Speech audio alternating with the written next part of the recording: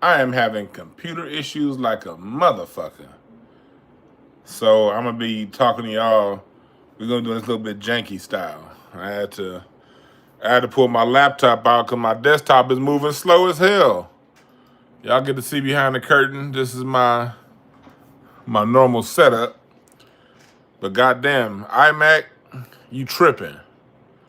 Moving slow as hell. So I'm gonna be playing some of the video for y'all from my laptop, and then we gonna get it started. So can we do that? Sorry, I ain't got my normal setup, but yeah, I don't know what the hell is going on, and I didn't want my computer freezing on y'all while my shit acting janky trying to get it together. So we gonna do it this way. You dig? Anyway, we talking about Stephen A. Smith, old bitch ass, and I say it like that because the way his sassy ass just went off on Kawhi Leonard ain't cool. So what we about to do is we about to break down why Stephen A. Smith got all sassy, and we're gonna break down why Kawhi Leonard is a victim in this situation. Let's go. Let's talk about this. For those you don't know, people are mad at Kawhi Leonard. They're saying that he signed a contract basically to get more money out of the Clippers, a no-show contract to where he didn't have to do anything. And this thing is very sloppy. It's very sloppy. And tisk to anyone that calls themselves a real journalist following up on this story without breaking everything down. But before I get started, what's up, everybody in the chat? Nacho Cheese, Shayla, Clinton, Boris Shock, Larry, you a hoe. Jesse Paris, Sinister, appreciate all y'all for joining. What's up, Alexandria, Marco, salute Brian, and 46 is Mark. I'm sorry, 64s. Is that 64 eyes, Mark? How do you pronounce that? I don't know how to pronounce y'all goddamn names on here. So basically, what happened is Kawhi Leonard is being accused of basically taking money and not working. Isn't that everybody's dream to begin with? Well, not quite. Because ultimately, he took money from a company that went bankrupt. And it went bankrupt because the primary owner was basically a white Dr. Umar. The owner of the company, and this shows all this, today we're also going to be given a lesson as to how people who hustle activism come in all colors. Basically, it was a activist hustle named Joe Sandberg who hustled investors, and he pled guilty to $250 million for hustling $250 million out of investors, his own people. Why do they do it to their own people? Clippers owner, the person that's being accused of giving Kawhi Leonard the side contract, he also lost millions of dollars. He lost, they say, reports around $50 million he lost. Why would somebody sign a player for $28 million to a contract for an endorsement and lose $50 million themselves? So this is the full context of what's going on, and we are going to talk about it. Turn this in. So this is the guy right here. This is the white Dr. Umar Johnson right here. This is white Umar. He's the person that's behind the whole situation with the tree company. This is the white Dr. Umar. As recently as back in 2019, this is an article of the LA Times saying California actives, no, this is the one. Where is it? Where's the article? Yeah, here it is. This is the article. He made millions as an investor. Now he may run for president to fight poverty. He was a poverty hustler. And this is an article from the LA Times back in May 28, 2019. So this is a 6-year-old article. So Steve Ballmer partnered with him after this. This is before the pandemic. This guy's been celebrated as an anti-poverty activist that was coming to save uh, California from homelessness. That's how he was marketed. And today, he was accused and he pled guilty to defrauding more than $250 million away from investors. One of those investors was Steve Ballmer. So that's the context of what happened. So what I'm going to do is I'm going to play Stephen A. Smith's bitch fit, and then we're going to ask, does the bullshit that he's talking, does Kawhi Leonard deserve what's coming his way, given the context of what I said? So let's get started. Share this story with y'all about Kawhi Leonard. Normally, most people aren't too interested in listening to the Clippers. Obviously, they're an NBA franchise. They've never won an NBA championship. They're not the Lakers, the purple and gold. Laker Nation still owns Los Angeles. But the Clippers got a nice following. Their arena, the Intuit Dome, is spectacular, no doubt about that. I love being there. Steve Ballmer's done a hell of a job there. But there's this story that's going on with regards to Kawhi Leonard that I had to share with y'all because to me, it transcends sports to a certain degree. The story is told as Los Angeles Clippers and owner Steve Ballmer are accused of paying star Kawhi Leonard $28 million for a, quote, no-show job, end quote, as a way to circumvent the NBA salary cap, according to the report by Pablo Torre. Pablo Torre Finds Out. That's the name of the podcast. Torre laid out the alleged scandal on his program, Pablo Torre Finds Out, on Wednesday. The show, which features plenty of direct quotes from legal documents, made the argument that Leonard was paid $28 million through a company owned by Ballmer to essentially do nothing. Ballmer is accused of using the agreement as a way to pay Leonard more than his contract, which, if true, is a violation of NBA rules. The entire situation revolves around a now bankrupt company. Why this nigga smacking his lips while he reading? Company called Aspiration, a tree planting service funded by Ballmer. Aspiration entered a $28 million legal agreement with KL2 Aspire, LLC, a company owned by Kawhi Leonard. Torre attempted to find any evidence that Leonard ever marketed for or endorsed the company, but came up empty. A clause in one of the contract documents between Aspiration and KL2 Aspire LLC stated Leonard could, quote, decline to proceed with any action desired by the company, end quote, essentially giving Leonard the ability to get paid without doing anything. Another clause stated Leonard would only be paid if he remained a member of the Clippers. Last but not least, payments from Aspire to KL2 Aspire LLC was sent to Dennis Robertson, Leonard's advisor, who was investigated by the NBA in 2019 for asking for impermissible benefits. The NBA completed that investigation into Robinson, also known as Uncle Dennis, and found no evidence the Clippers granted illegal benefits to Leonard while pursuing him in free agency. So right there, as he reads this, the person who wrote the article, this Pablo Torre guy, is saying that this is something that was done improper to Kawhi Leonard. But the NBA, back when the deal was signed, did a proper investigation. The NBA's own investigation concluded that nothing was done wrong. Let's make that very clear. According to the NBA investigation itself, nothing was done wrong. All right?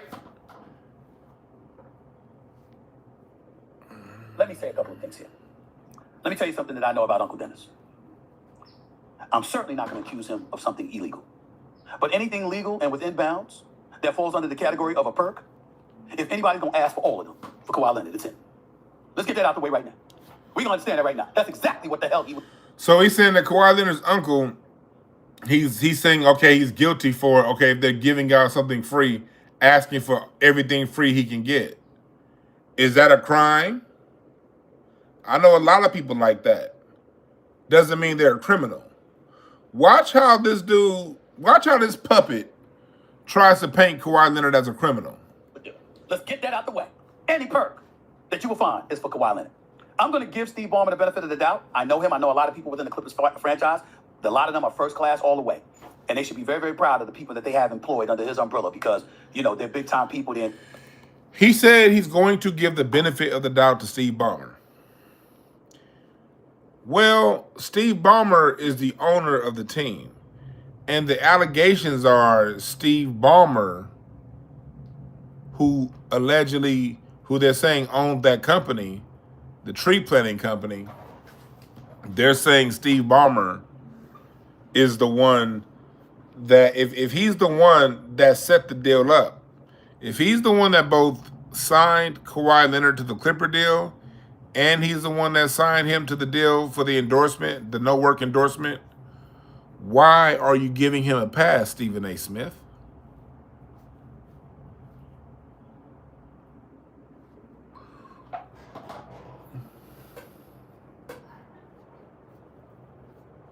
This is a serious violation of the NBA collective bargaining agreement.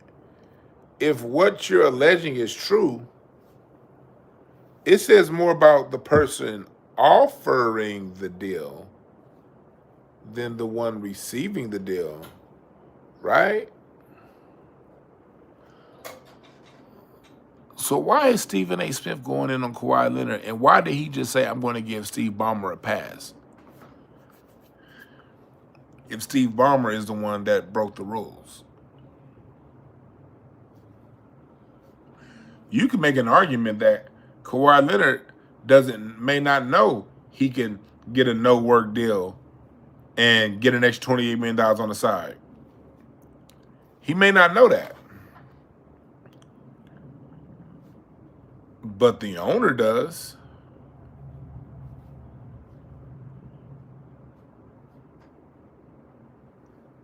The owner most definitely does. You see how that works?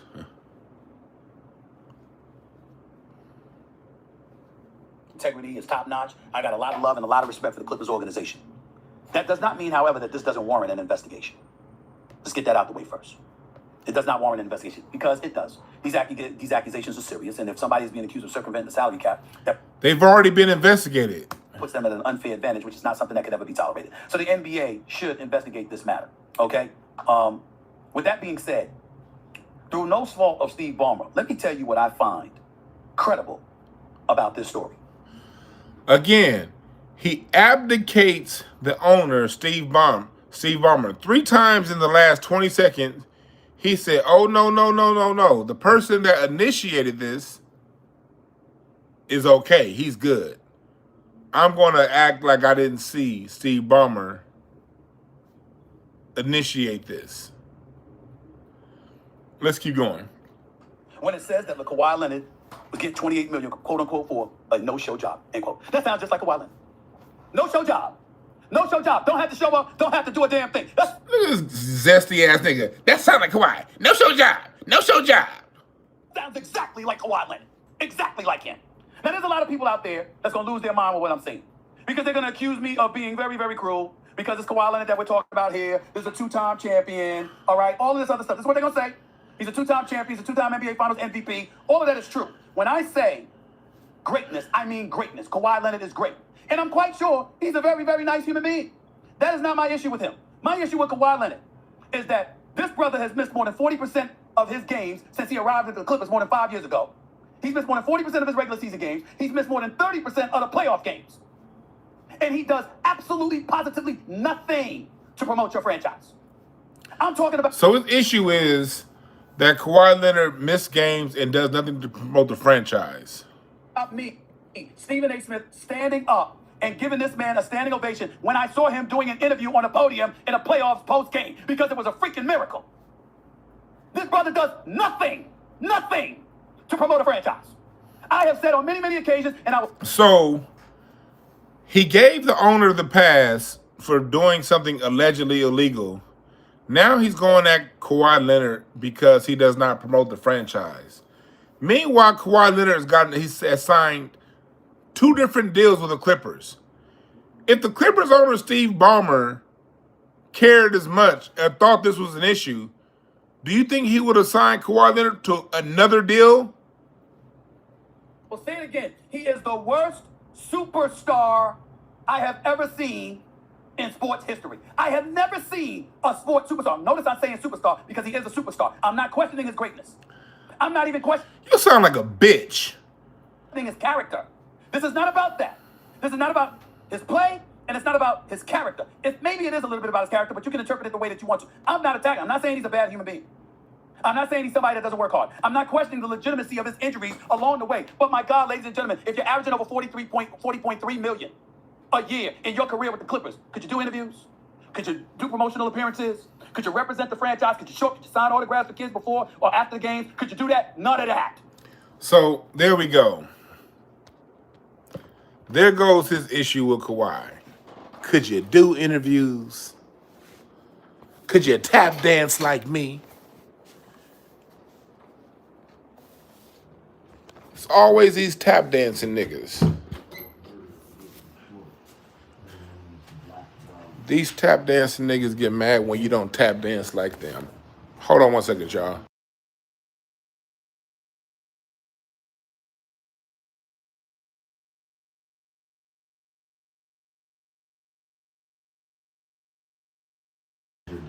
There we go. You coming out here with me, Rocky? You coming? Come on, Rocky. Come on, Rocky. So there we go. Sorry about that, y'all. Sorry about that, y'all. So this here is Stephen A's issue. We just saw it. His issue is Kawhi Leonard ain't gonna tap dance like he is. And let's go back to what Stephen A. Smith said about the injuries. Let's go back to what he said about the injuries. Kawhi Leonard missing games. The reason why Kawhi Leonard, let's just go back. The reason why Kawhi Leonard missed so many games, and the reason why let's go back to why the NBA marketing turned against Kawhi Leonard. Kawhi Leonard, and Larry, you know, we talked about this plenty of times when you was living out here in LA, Larry. Before Kawhi Leonard had those knee injuries, what did they say about Kawhi Leonard every time he was on camera? He's so humble. He's so humble. What a humble guy. For Kawhi Leonard to be such a great superstar, he's so humble. He's so humble. Because he's quiet. And he does everything. Kawhi Leonard does everything Stephen A. Smith said Floyd Mayweather should do. Kawhi Leonard does everything they say Ja Morant should do. Kawhi Leonard literally just shuts up and plays. There's no pleasing these white supremacists. And yes, Stephen A. Smith is a white supremacist, no doubt. White supremacists don't mean you don't have to be white to be a white supremacist. Being a white supremacist is somebody that whiteness is the default title, is the default program in America, in the world, and white is right, and white people are abdicated from responsibilities, while people classified as non-white, people classified as black, must be held fully accountable for ass way sideways. Stephen A. Smith's white supremacy shows when he says, I'm going to ignore Steve Ballmer, the person that allegedly set up the whole deal for Kawhi Leonard to sign this side contract. Going to excuse the person that set up the whole deal and go after the black guy who's the beneficiary of the deal.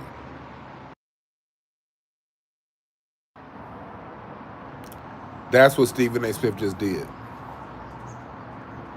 He hit the like button. What's up, Emmanuel? 225 girl. Yeah, that's right, Mello West. Stephen A. Smith dissed Kyrie, but protected Aaron Rodgers back in the day. So, going back into the full context of what happened, Kawhi Leonard was known as humble. He was everything that the media says a black athlete should be. Quiet and hardworking. The reason what turned Kawhi Leonard against the media was when he played for the Spurs, he had an injury. And the San Antonio Spurs, what they did was they rushed him back. And when they rushed Kawhi Leonard back, it turned what could have been an injury that should have maybe had him out for the season, and then he could recover and go back to being a great athlete. Because before that, he hadn't missed any games in his career, nor did he miss any games in college. He was a strong player. And they rushed him back, and it took what should have been a one-time injury into a degenerative injury. And so after the Spurs rushed him back and his knee became a chronic degenerative condition, Kawhi Leonard decided to stop trusting the Spurs doctors and asked for a trade to get out of there because it was the Spurs doctors that made Kawhi Leonard come back too soon.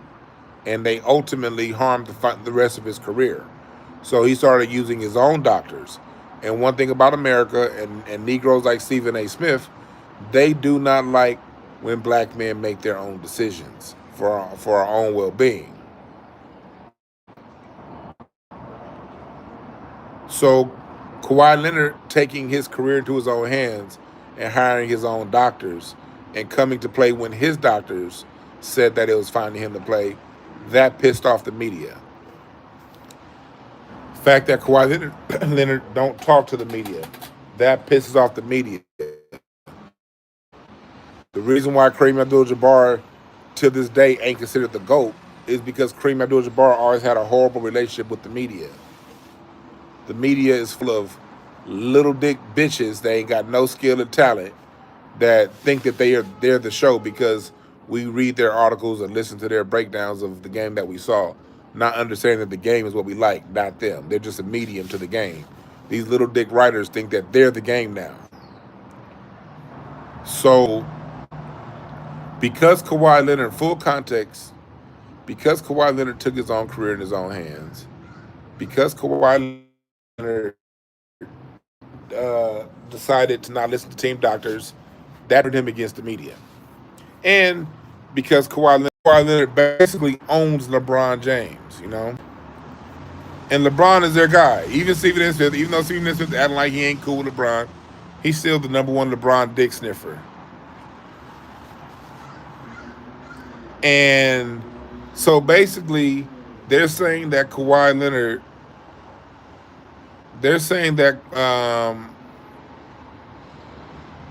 Kawhi Leonard isn't got a deal that he didn't have to sign up for. Well, you know who else got deals and didn't endorse? Let me pull up my notes. Drake, Leonardo DiCaprio, and Robert Downey Jr. All three of them also got signed to endorse that company and didn't endorse them. Drake, Leo DiCaprio, and Robert Downey Jr. They were also endorsing that company. Did Stephen A. Smith or any of these people bring that up? That Kawhi Leonard wasn't the only celebrity to sign with them? If you go to the New York Times, they tell you, they break the whole thing down right here. Kawhi Leonard won the championship 2019, and then he came to the Clippers. And when Kawhi came to the Clippers, trust and believe, they put an investigation on him back then too. They're saying that Kawhi signed that deal, needed the extra money to stay with the Clippers. Let's put this back into context. Kawhi Leonard is from the Southern California. I think he's like raised in San Bernardino. And he always stated his intentions on coming back to LA. It's just that when he came back to LA, people thought that he was going to come to the Lakers. But he also made it very clear that he's not trying to play in LeBron's shadow. So when he came back to the Clippers, that threw a lot of people off. So that pissed a lot of people off. And then he hooks up with Aspiration. That's a company founded by Joseph Sandberg. And it was valued at more than $300 million. He signed a deal with Aspiration, and Steve Ballmer invested about $50 million into the company. Steve Ballmer did not own the company. does not own a company. He was an investor in the company. But like all the other investors, he lost his money because he was defrauded. April 22. Kawhi Leonard signed that deal in April 2022 under his company.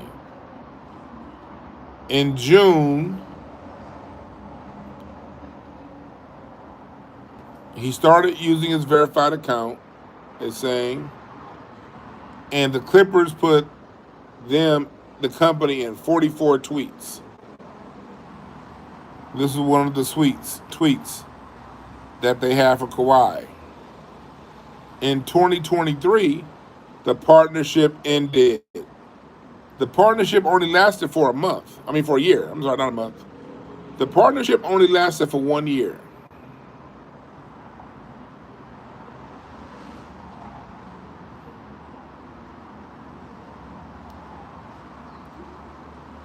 And as you go, you see that in 2025, the DOJ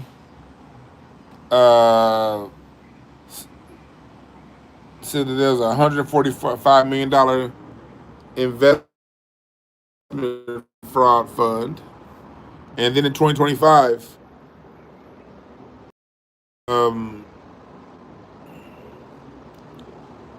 last month, the owner of that company, Sandberg, this guy, pleaded guilty to fraud.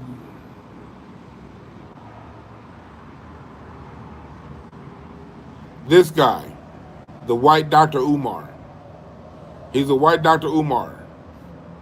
He was a poverty pimp, a so-called activist that defrauded people like Steve Ballmer, upwards of $50 million. And the kicker is, his company still owes Kawhi Leonard $7 million. They still owe him $7 million. Here it is. California activists accused of conspiring to defraud investors.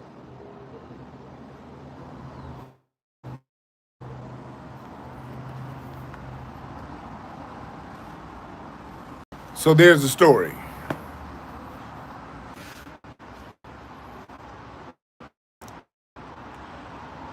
Now, why is the story about Kawhi Leonard and not the white Dr. Umar that defrauded his own community of upwards of $250 million in the name of activism? Ask Rocky. Rocky, what'd you say, Rocky? What you got to say to that, Rocky? What you got to say to that? Rocky too busy being nosy. Rocky too busy being nosy. He got shit to look at outside. He ain't worried about us. Rocky too busy being nosy.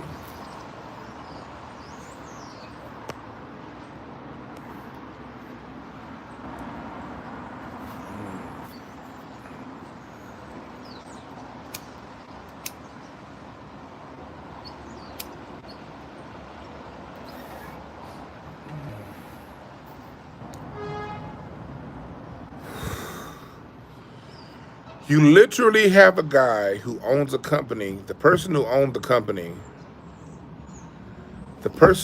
company pled guilty to fraud. Can you imagine if a black investor, if a black activist defrauded black players out of, forget $250 million, $25 million? Do you think Stephen A. Smith would talk about anything other than the black man that defrauded people out of $25 million?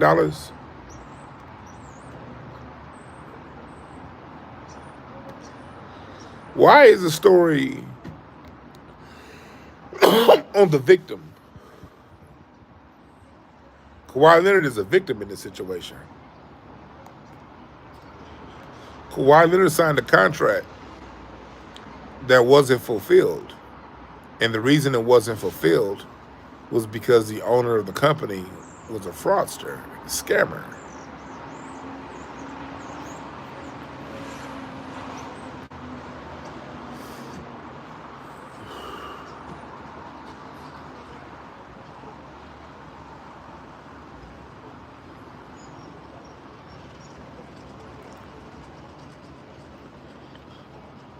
Where are you niggas that be like, we the only ones?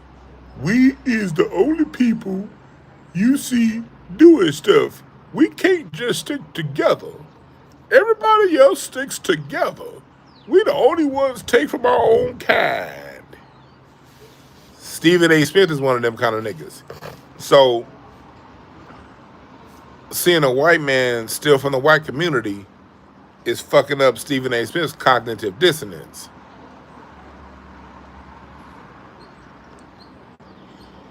It's disturbing his reality. What do you mean a white man stole from a white man? That's not possible. So let's find a way to blame this nigga. Let's make this nigga the story and not the $250 million that was defrauded.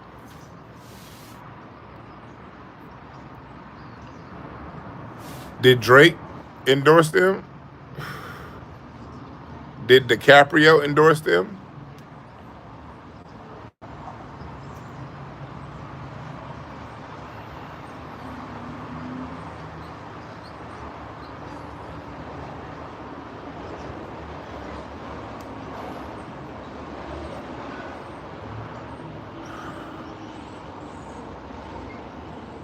Yeah, Asian man is the one that made the post. Yeah, Steve Ballmer got defrauded out of $50 million. This is a situation of fraud. It was a fraudulent company.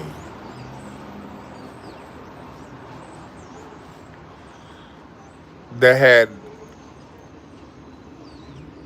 nothing to do with Steve Ballmer.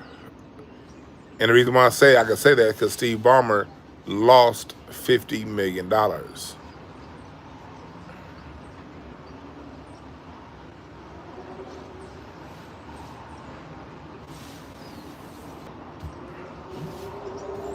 Ain't that white Rocky?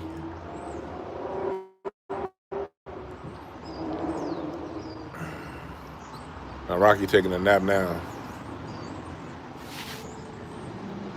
You good, Rocky? You good? Yeah. Oh yeah, you heard something? Rocky.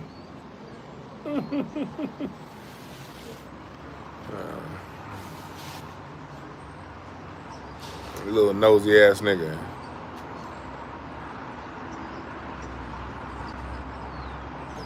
They're saying that the deal is circumventing the collective bargaining agreement because what they're alleging that Steve Ballmer, that Kawhi Leonard wanted to get paid more, and because the salary cap is fixed, they gave him that side deal to give him more money. And there's just no evidence there that happened.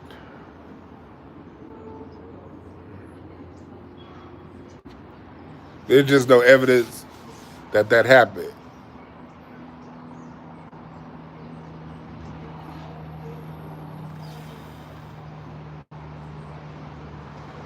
What's up, Kamal?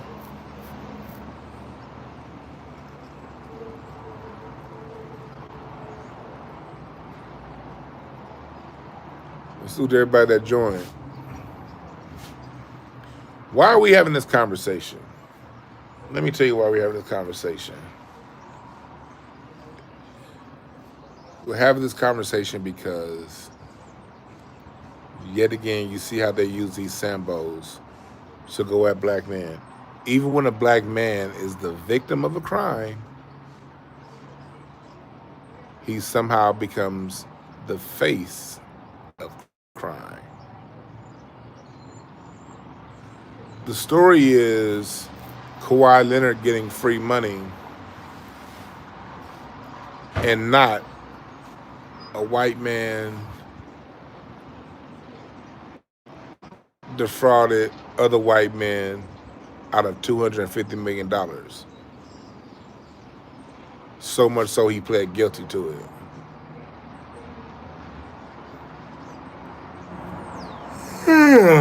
Shit.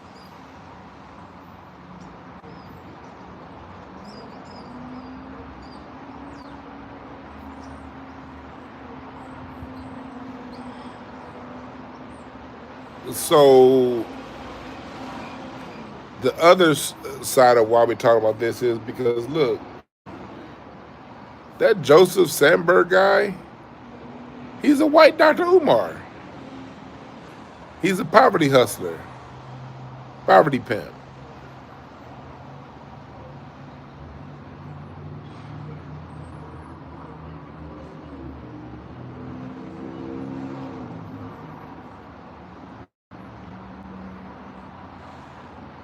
Bernie Madoff. These people come in all shapes, colors, and sizes. A fraud is a fraud. Frauds come from Nigeria. Frauds come from California. Frauds come from New Hampshire. Frauds come from Kenya. Frauds come from Massachusetts. They also come from France. They come from Saudi Arabia, Germany, Poland, Georgia, Texas, Mexico.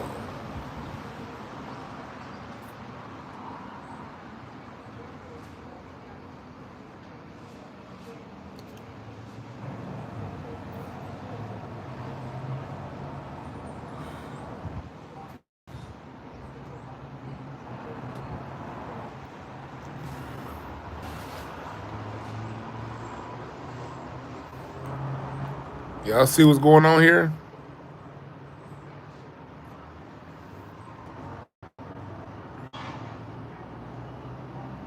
Y'all see what's going on here? Y'all see the game at play?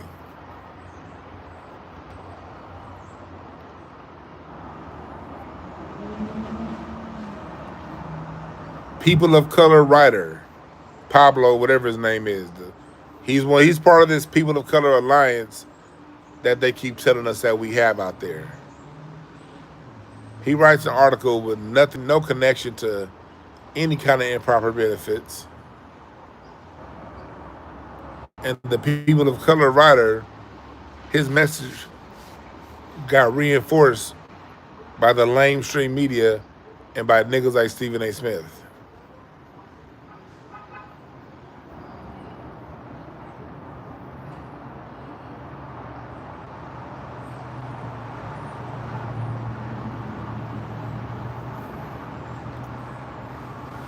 So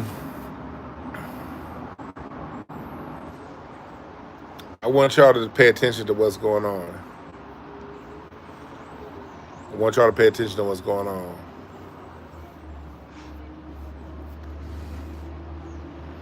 I'm not going to be on here long. Y'all got any questions?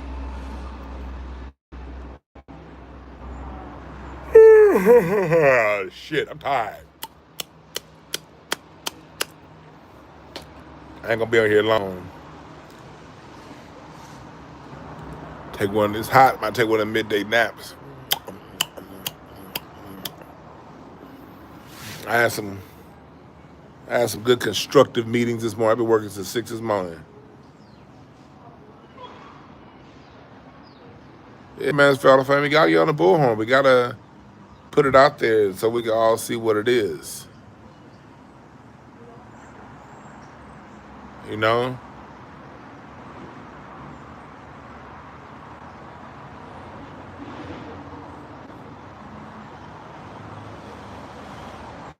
I never had Carolina Gold, Godspeed.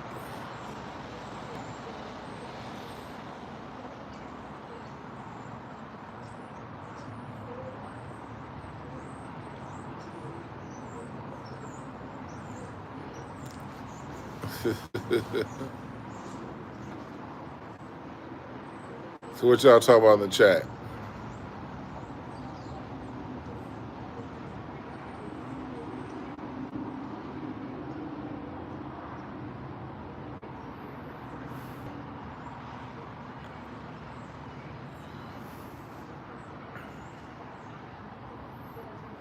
We don't see how this work out, but let's just see how this plays out. Let's see how this plays out. Let's see how this played out. I don't know if I'm gonna check out the new Spike Lee joint. I'll say I haven't even seen the commercial for it yet.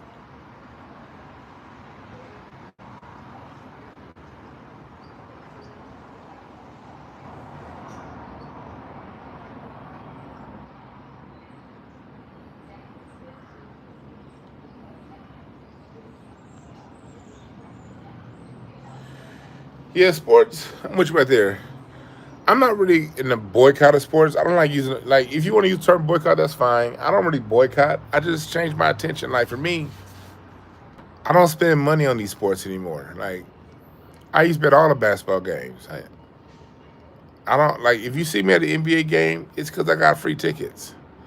I refuse to put money. I refuse to spend money on the NBA and NFL. I stopped buying League Pass. I stopped buying Sunday tickets. I don't have no jerseys. I don't buy baseball caps. I don't buy nothing with no kind of team merchandise logo. You know, that's free advertisement. Every time you buy a goddamn cowboy hat or a Raider jacket, you're advertising for free. I don't buy none of that shit. If somebody invited me to a football game, I go. If I got free tickets to a basketball game, I go. I like being entertained. You just ain't getting my goddamn money.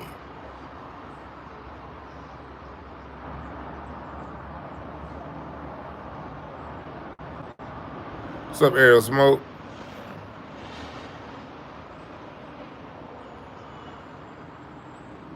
And like, and again, there's nothing wrong with watching, because at the end of the day, we all gonna spend time bullshitting.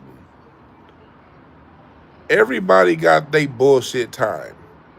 Time that you're gonna spend. We all need it. It's very, very, very important that you spend time doing just woosah activities.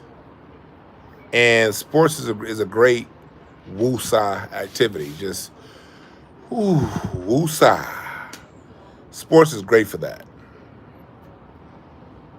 So I'm not here to judge people who watch sports intensely. Only thing I am, because I did get judgmental for a little bit, but that's where I had to check myself. Because while I was judging people for spending their time doing that, I'll spend my bullshit time doing other things. So I had to relax on the judgment. The DWANNB of 2017 is not the DWANNB of 2025. I was a lot more judgmental in 2017. But we all must grow, and I have. And so I don't judge it. I just caution it. I had to stop. The sports gossip shows. That's when you start getting into, okay, now your time could be spent doing some more constructive things. You got people that spend 6 hours a day watching sports gossip shows. You're gonna wake up. You're gonna turn on ESPN in the morning. You're gonna watch First Take when you get up. Then you're gonna watch Midday Sports Center. Then you go on to watch, and then you go on to watch, after Midday Sports Center, you go on to watch First Take. Around the Horn, Pardon the Interruption, and then you watch the pregame show, and then that's when it's like, all right, because. And the main reason why I'm against the sports debate shows is, and the shows is, they lie too much. They don't tell you nothing. It's like they inundate you with stats that are out of context and don't mean anything. The sports debate shows, I will go so far as to say they've dumbed us down. I'll stand on that. The sports gossip shows, the first takes, and those shows, and the around the horns and the PTI, those shows, and I've noticed this over the last 20 years, has most definitely dumbed us down. It's dumbed down discourse. It's dumbed down conversation. Ariel Smoke, I don't know how old you are, but I don't. People in the chat, I know Kamal, I know you old enough to remember. How did we talk about basketball in the 90s, in the 80s, in the 90s? It was, ooh, such and such dunked on somebody. Ooh, did you see them hit that final shot for the game? Ooh, such and such crossed over somebody. Now it's such and such is the best player because he went 9 for 10 for the free throw line, 10 for 10, had 7 assists. Like,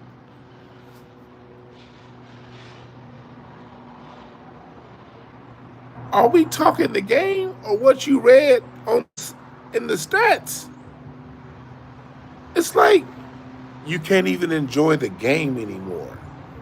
Everything is stat this, stat that, stat this, by a whole bunch of motherfuckers that don't know the difference between mean, mode, and median.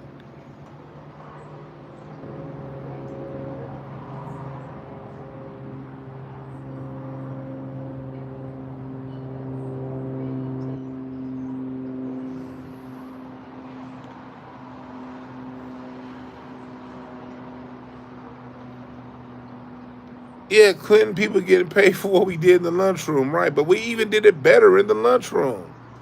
In the lunchroom, we would talk about it, and then we would go play.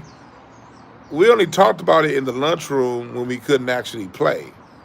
If you was on a basketball team, nigga, we was going, oh no, we going.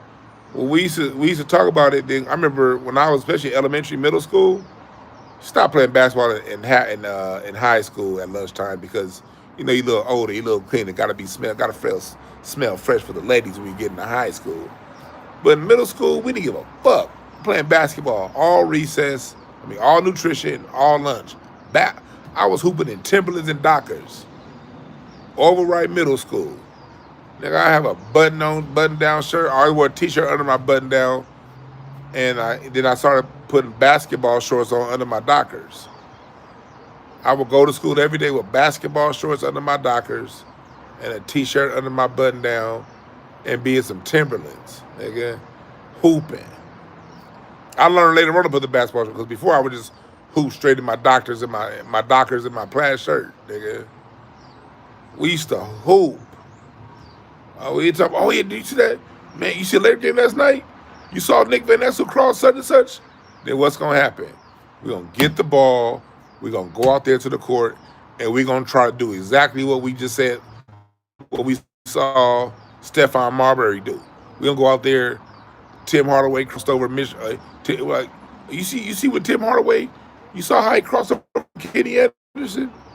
Then what niggas gonna do? Go out to the court and try to do that same goddamn crossover. That's how sports talk used to be.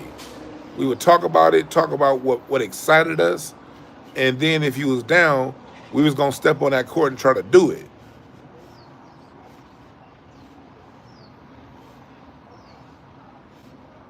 Twitch Red said, get to the point. The point is your mama's a bitch because she raised you. All right, back to what we're talking about. So that's what we used to do. That's how it was. And so now, when first it was cold pizza first. When cold pizza started, and then you had Pardon Interruption, you had Around the Horn. All those shows came in after Disney bought ESPN. We had all of those shows that Disney brought into ESPN. And so what ended up happening is it went from us talking about the game talking about who your favorite team is, to this fanboyism, this debate culture. And here's the check. Pay attention, chat room.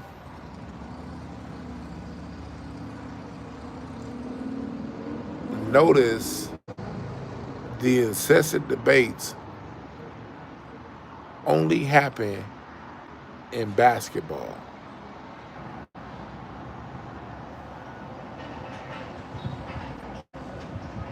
I'm gonna hide this person from this channel talking that gay shit.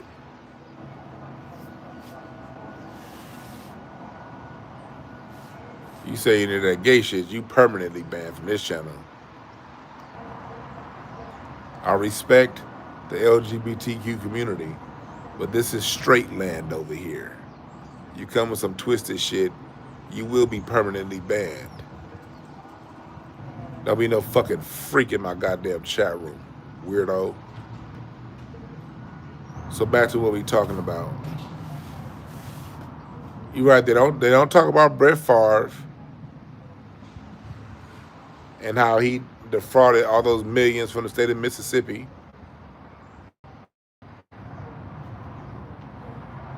They don't talk none of that. But look at football. You don't see everyday debates over who's the greatest linebacker, who's the greatest running back, who's the greatest quarterback, who's the GOAT in football. Go, go, go, go, go.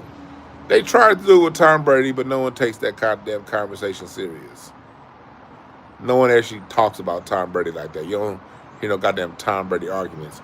You don't see people that will go 2, 3, 4 hours a day arguing over who's the greatest running back. And here's the reason why. The reason why is because the NFL doesn't market itself that way. The NFL markets its franchises. The NFL markets the NFL.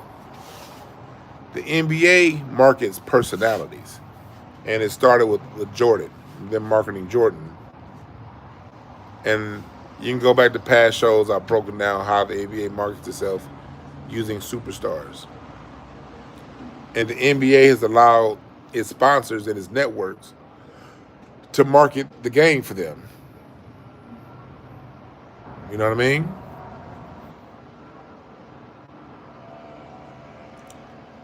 So people that say, bro, you're not black, so I don't like you around here. Not because you're not black, but I don't like people that call me bro that ain't black. I'm not your bro. I don't like niggas that call me bro. I got one brother. So that motherfucker's out of here.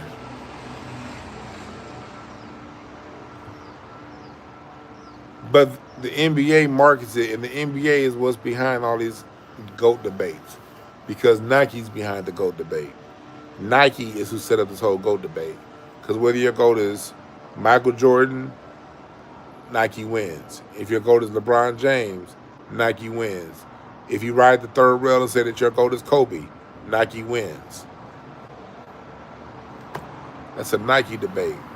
And Nike don't have the same agreement with the NFL, so you get a more reasonable discussion in football.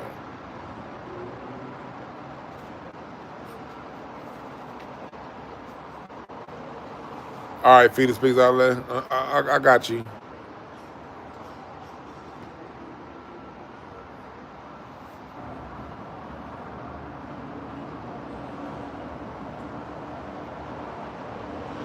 So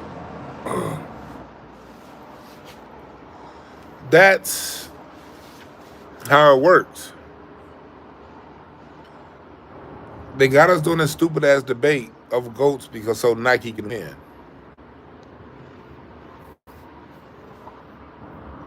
It's straight up social engineering. Straight up social engineering. And we as black men, we got better things to talk about. We all gonna have our opinion on who we think the GOAT is or not. You know what I mean? We all gonna have our opinion. But to be talking all day, every day, all 4, 5, 6 hours a day about the GOAT. We got way too much as black people to be worried about. I love sports. Let's have a good time watching sports. For sure, Fita. Let's have a good time talking shit about sports. My team beat your team's ass. My favorite player can kick your favorite player's ass. And then let's get back to building. We as black men, we got way too much. We have way too much going for us. We're way too special.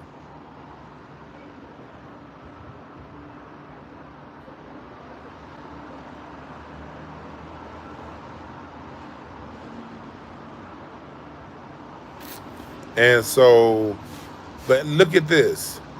Hey, let's go to the next part of this conversation about Stephen A. Smith. Not only did they not bring up Brett Favre, I didn't know until what, Sunday, because I only paying attention. Jim Irsay died. The owner of the motherfucking Colts. And they're saying that the last few years of it, I didn't even know he was a drug addict. I read something that said he was a drug addict, then he recovered, and then he relapsed over the last couple of years. So you have a drug addict NFL owner that died at the age of 65. Has Stephen A. Smith talked about that? Kids, stay off drugs. Even the owner of a franchise can get hooked on drugs. Let this be a cautionary tale to the society about drugs. Was this not a great opportunity to talk about the dangers of drugs with an owner of an franchise dying, possibly due to drugs?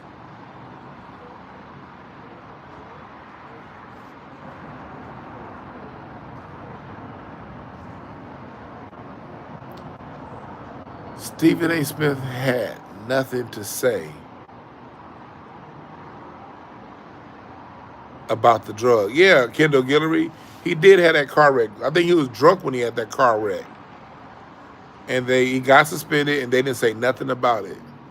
That's another reason why we as black people, we gotta like staying away from these ESPNs is probably a good idea. Look at how they treat us. Yeah, Stephen A. Smith said Dana White was his friend after Dana White slapped the fuck out of his woman.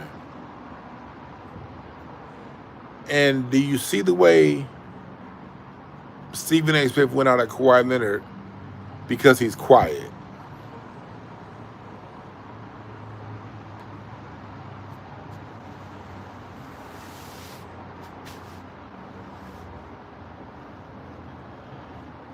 Kawhi Leonard just got all the Stephen A. Smith, can you woo woo woo Jeffrey Osborne looking ass energy. Can't stand Stephen A. Smith.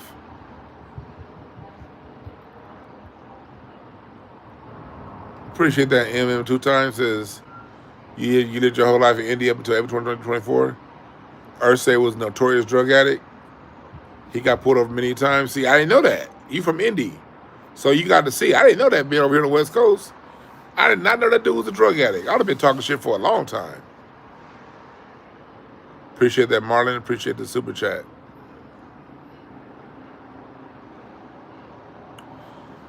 Oh, yeah, Andy Reid's son killed somebody. I remember that. The drunk driving thing. Yep. And we literally, in this situation, you have, if the owner is a part of this, they're alleging that the owner's company signed Kawhi Leonard to that deal. When the truth is that wasn't the owner's company. He was an investor that got defrauded. And with that being said, Stephen A. Smith literally opened up his criticism of Kawhi Leonard was saying, I don't have anything to say about Steve Ballmer. Even though if these allegations are true, Steve Ballmer will be the one who set it up, not Kawhi. Kawhi didn't write either contract. He signed the contracts. And whatever he signed, whatever Kawhi Leonard signed, that company agreed to it.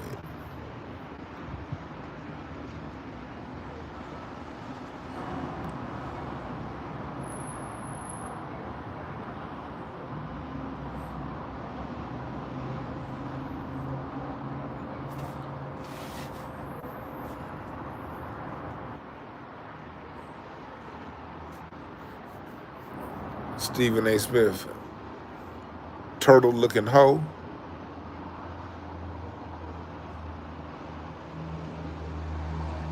Yeah, ESP is not what it used to be.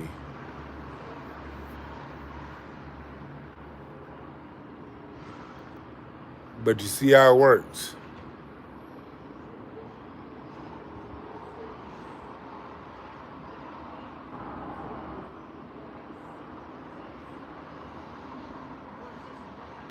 Nigga said pill popper behavior. You stupid, Jay Jones. Yeah, I'm glad people see the dangers of Stephen A. Smith too. Y'all have heard my story. Person number one, if y'all heard my story about why when I stopped fucking with Stephen A. Smith at the Clipper game. Do y'all want to hear that story again? I think I done said that story like 2 or 3 times on here. I don't like repeat myself that much. I ain't gonna repeat myself if y'all ain't heard it. If y'all already heard it. Yeah, they never liked Kawhi because his uncle's his agent. You're right. His uncle's his agent and he's quiet. Real talk, even 2 times. You say you want to hear it? All right. I'll say it short. I'll make it a short version. What's up, Manuel? I stopped fucking with Stephen A. Smith, and I saw through the bullshit in 2012. I was already seeing through the bullshit, but I saw through the bullshit 2012, 2013. Like, that's when it all hit. And there was a couple incidences. One, well, I'm gonna name 3 incidences. The first one was I was in Cleveland.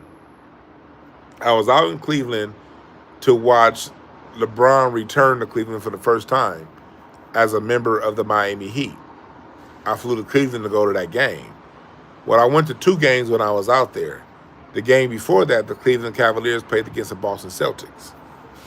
And after the game in the tunnel, Boobie Gibson and Eddie House was about to squabble. And Eddie House looked like he wanted to. He was ready to go to work. That nigga looked determined. And Boobie Gibson. And they ended up, like, it was media back there and everything. It was a big old ruckus. No one fought, no one threw any punches. But it was a big ruckus. And I saw different personalities that were back there. And it didn't show up on ESPN. And I was like, that's odd. Wouldn't that be kind of a story? Like, when 2 players are about to fight, wouldn't that kind of be a story? And then I saw that they didn't pick it up. Then the player I was with was like, yeah, nah, David Stern is real cautious about the league's image. Stuff like that don't get out. And that's why I put 2 and 2 together. Okay. Because I had been seeing little stuff. You know, I was like, okay, that's how it works. And the real stories, they don't tell y'all niggas shit. They make up stuff. I was sure I was going to see that story the next day on First Take. And it was a similar kind of a brush up, kind of an incident, you know, and that was like, okay, that was number 1. The second thing that I saw was the next season, I'm at Staples Center. It's after a Clipper game. Clippers versus the Miami Heat. And when I'm walking out the tunnel, I overhear LeBron's wife and it was another player's wife. LeBron's wife and Chris Paul's wife, Jada, and I forgot LeBron's wife's name. They putting out their phone like, yo, shit, did you see what happened? And then I see, that's when Gloria was there, Gloria Govan. That was, that's when she was married to Matt Barnes, before she got married to Derek Fisher. Gloria, and me and Gloria was hella cool.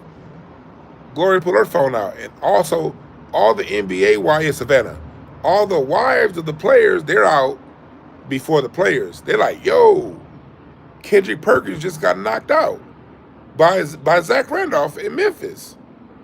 And then the players start coming out. I see LeBron come out, Dwayne Wade come out, CP come out, and everybody, Matt Barnes, everybody's phone is kind of going off from people that are in Memphis. Zach Randolph knocks out Kendrick Perkins. One hitter quitter. Boom. So I'm listening to the players talk about what just happened. So I'm sure I can go to ESPN and hear more about this.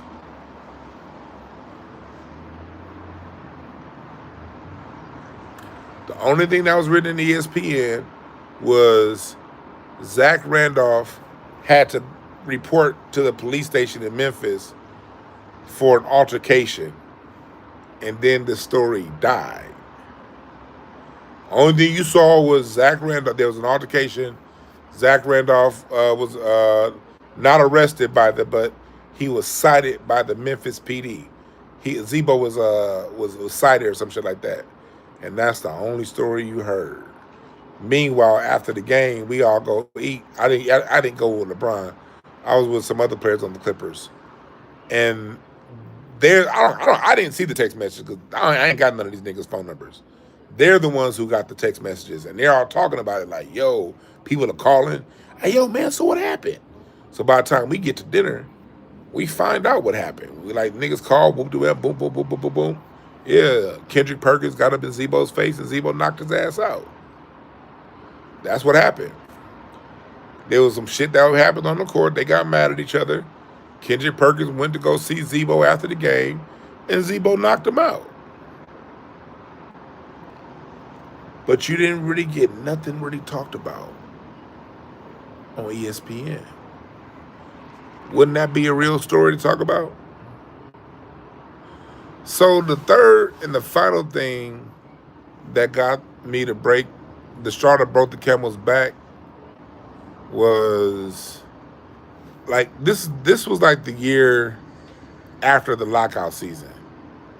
So one of the players that I used to know went to the Syracuse University, used to hold a 6-week. I don't know if they still do. They may still do it, but there used to be like basically an ESPN University at Syracuse. It was 6 weeks, and if you want to work for Fox or ESPN, you got to go to that.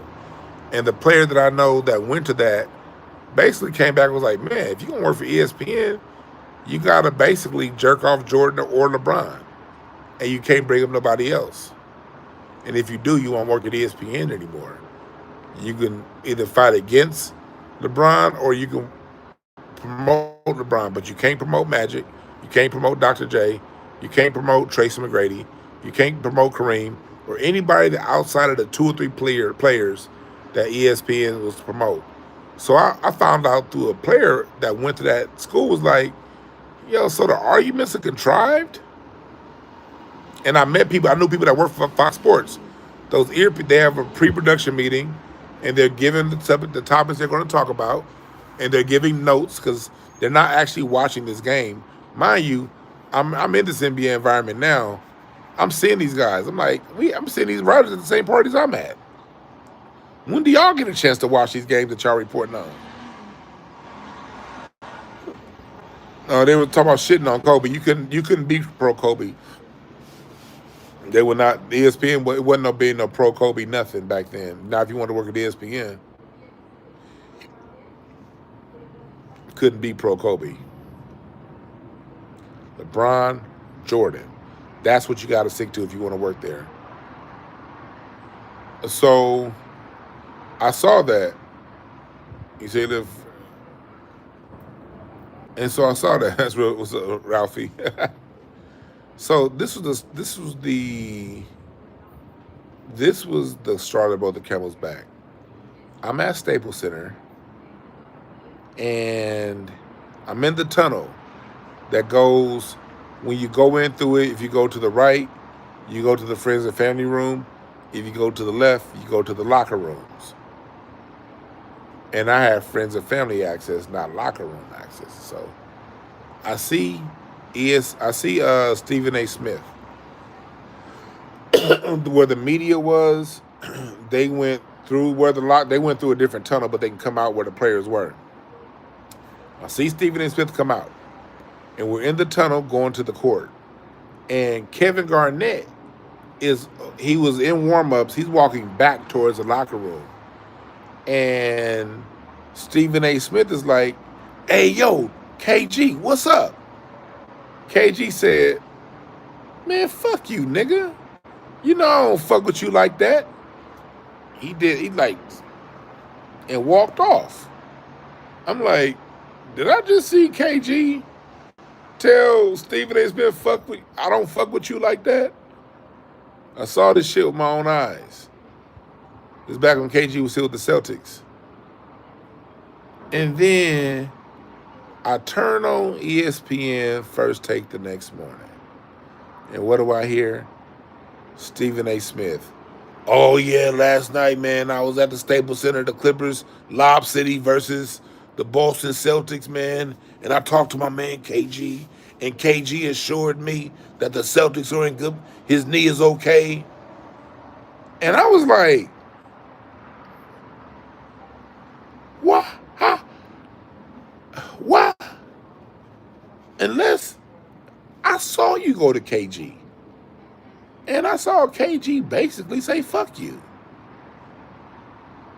But then I turn on ESPN in the morning, you telling the world that you saw KG and y'all had a conversation. And I'm like, I was there.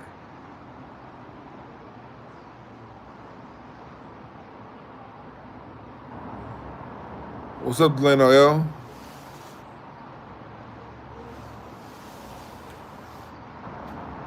I'm like, I was there. I sound like a New York nigga. You weren't there. I was there.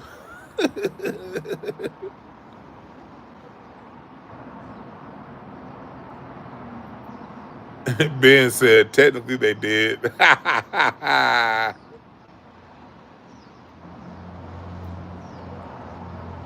And that's when I was like, you know what? I've seen too many real things happen in these halls behind the arena that didn't get talked about. And I've seen the real things that happened that didn't get talked about be replaced with bullshit lies. Just making up stuff. I'm like, yo, this nigga just made that up. And that's when I was like, you know what? I'm out. That was 2013. And I still will watch some shows every now and again. I watched a little bit of Skip and Shannon when it first started, but by 2016, I was totally out. But 2013, that's when I was like, you know what?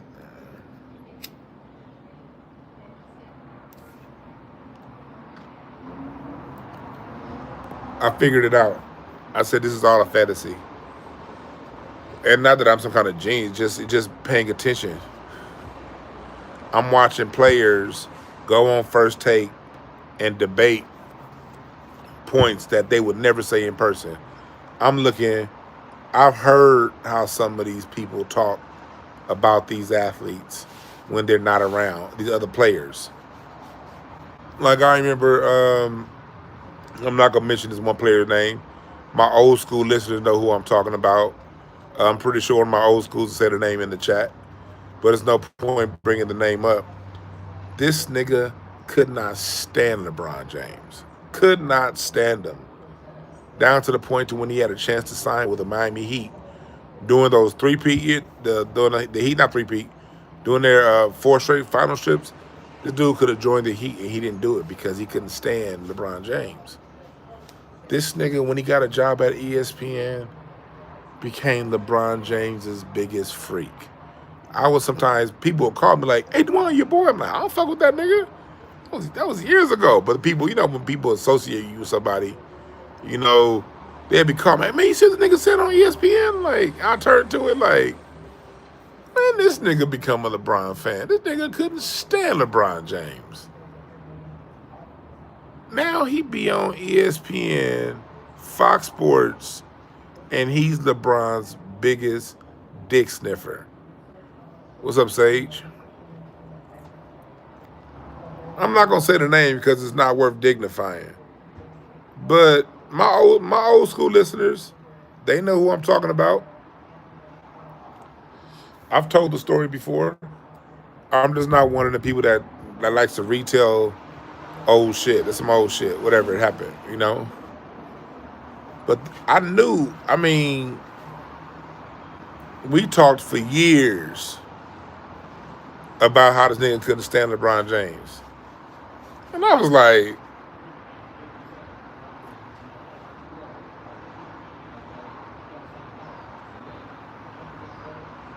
nigga, what?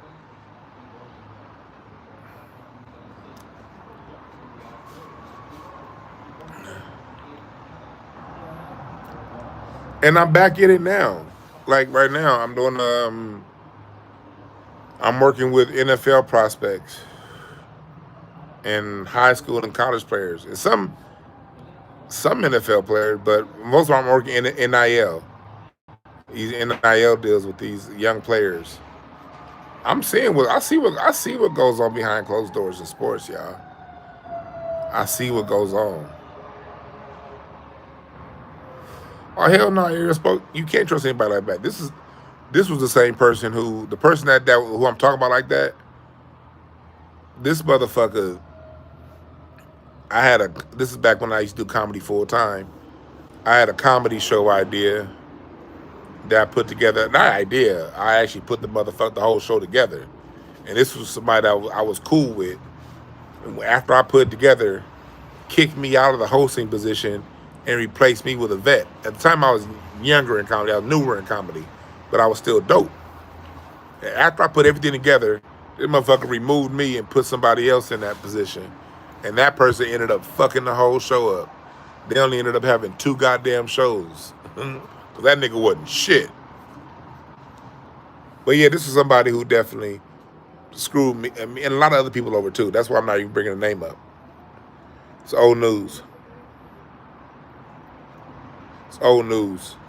But you would think, somebody being in the NBA wouldn't be screwing over some old regular ass nigga with a regular ass job. Not the case. But I said that's old news. But I brought that up for that reason. That's why I brought it up. Because personal experience is what he said was a Shaq. Hell no, wasn't nobody that good. This nigga was a bench warmer. That's why y'all probably not even bringing up. This nigga was a fucking bench warmer. So, but the motherfucker played in the NBA for a lot of years, and so he still was great at what he did. For you to stick around the NBA for that long, you got to be great at what you do. So I'm not gonna slight the man at all, and I don't even have any feelings towards him. That's the past is the past. But I brought that up for a reason to talk about character and what you see. I'm only using that as an example. Because these people don't believe what they say. Rocky, this little nigga Rocky, you up now? I think he want to walk. You ain't about to walk yet, homie. Rocky.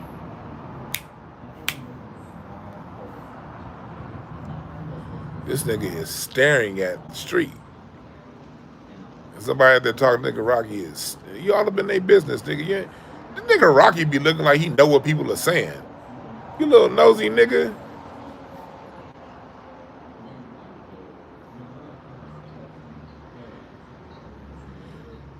Yep, Hurt did me dirty on the car too. Forgot about that story. Yeah, that person did me dirty on the car too. Yep, same person.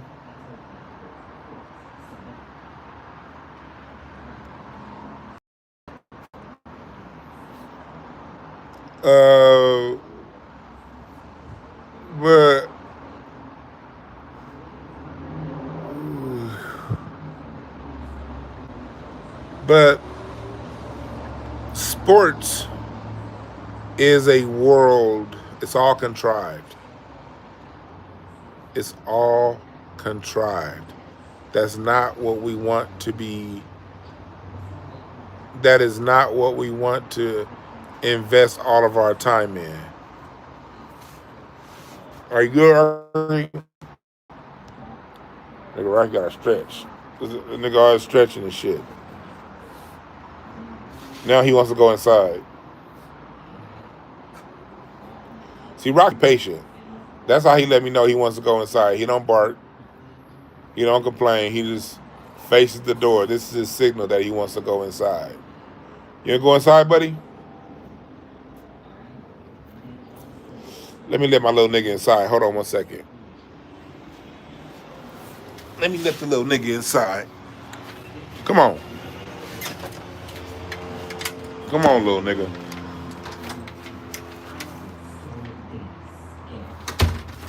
All right, little nigga inside.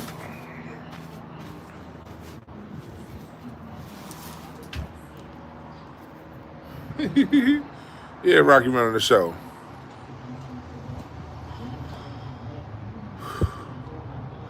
Truth or emotions, you're right. And pro athletes go broke. All right, Ariel Smoke. I'm about to get up out of here pretty soon anyway. But yeah, no, you're right about that when athletes go broke. That's why I'm helping some people design a program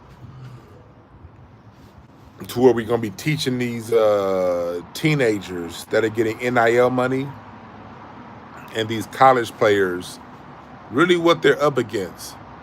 And so we can mitigate them losing all their money. I don't just talk about things. I like being about them, you know? And I'm working with some people to work with these young athletes that are getting this money to hopefully help them keep their money. Along with doing anti-black racism training in the corporate world. Got to be effective. Got to get out there in them streets and make it happen, Captain. Make it happen, Captain. Don't just be up here on this internet talking about, well, what we need to do.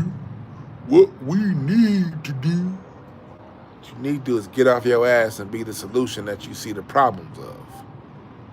You dig? And come on out to the Hidden History Museum. Come on out to the Hidden History Museum. We'll be having a comedy show October 4th on a Saturday.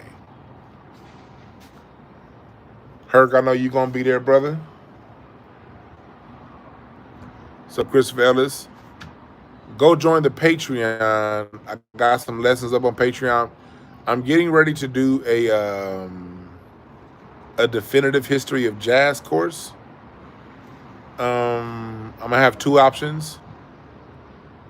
I'm gonna have it to where you could pay for it outright and keep it forever, or and also we're gonna have it to where it's on Patreon. I'm going to create a new tier. I'm doing more consistent teaching, and I'm going to create a new tier with all of my in-depth lessons. So we're about to have that. Yeah, Drewski and NASCAR. Yeah, I heard about that. That shit was funny. But Patreon is cracking. It's a music university over on Patreon. We got a music university over on Patreon. Yesterday, we had a good talk about the bridge and not the importance and the beauty of the bridge in music. And we played some examples. It's a wonderful show. One of my favorites ones that I've done so far. So please, if you're on Patreon, go check it out. People who are on Patreon, scroll down, scroll through. It's a lot of information. If you just joined Patreon in the last 2 or 3 months, I guarantee you have not had enough time to go through the in-depth information that we have over there on Patreon. Especially when it comes to music and readings.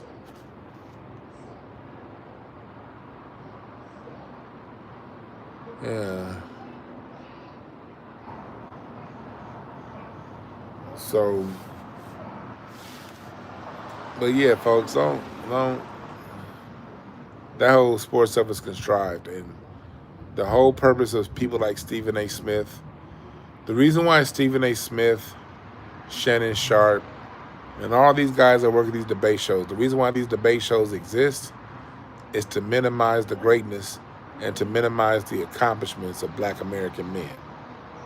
They only minimize Black Americans. They never criticized Tim Duncan for not winning back-to-back or getting swept in 2001 by the Lakers because he's not a foundation of black Americans from the Virgin Islands.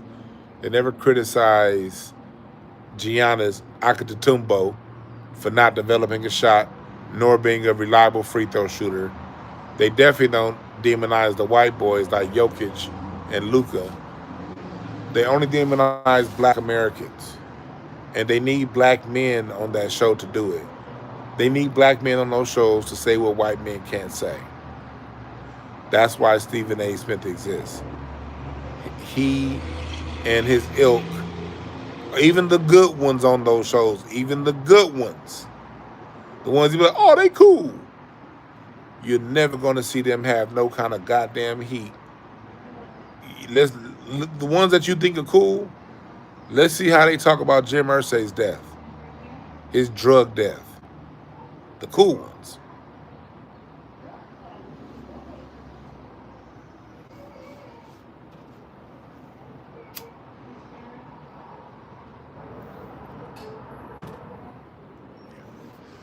How much time did the cool ones spend on Brett Favre?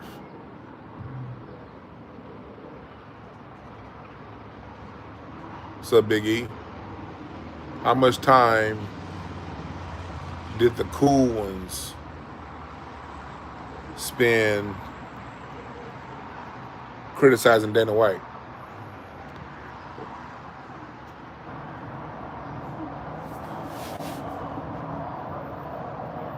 They talked about James Harden as if he wasn't a child of God.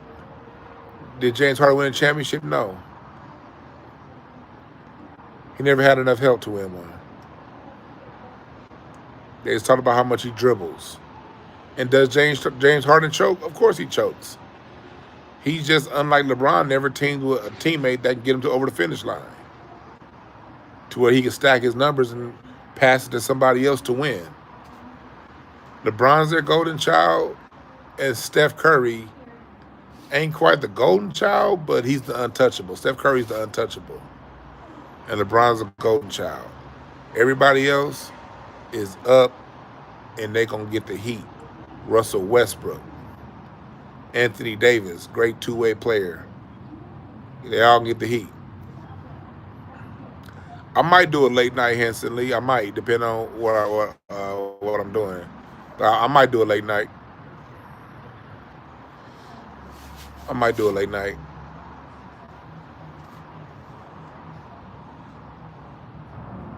Ain't no Survivor on Dana White documentary coming. You know that.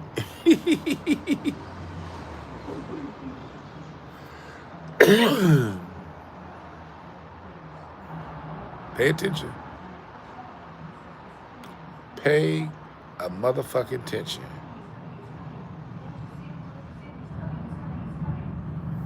Pay attention. Pay attention. There are no good ones.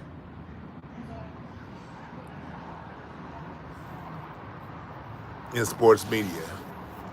They all work for them folks. If you work for them folks, you down with them folks' agenda. And even online, most people work for them folks. They all got deals by Mark Cuban's company, or what's that, Colin Cowherd's company? Colin Cowherd and Mark Cuban. What's his name? Shannon Sharp is under Colin Cowherd. It Is What It Is under Mark Cuban. You know, Gilbert Arenas, and they're all in the Clutch Sport. Gilbert Arenas on his show, on Gil's Arena, what's his name? Josiah Johnson.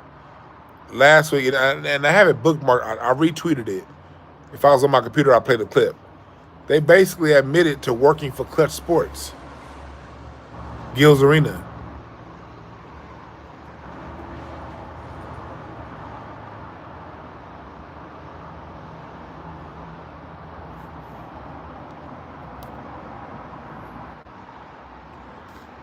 That's why you see all these narratives getting spun.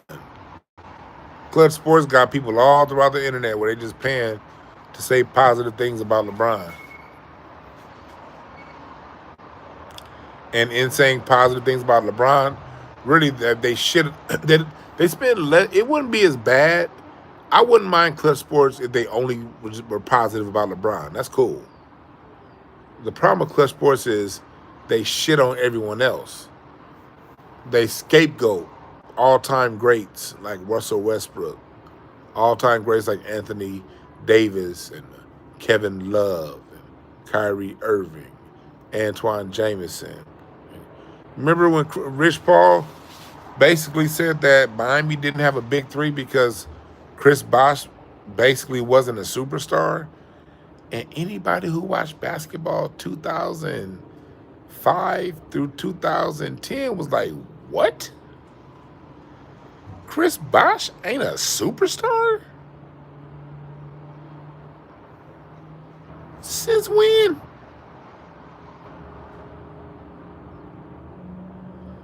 Do I know having those allegations about Gil? No, I think they're gonna have like I don't know. I remember here initially some kind of arraignment or some kind of trial date coming up in September. But I don't know.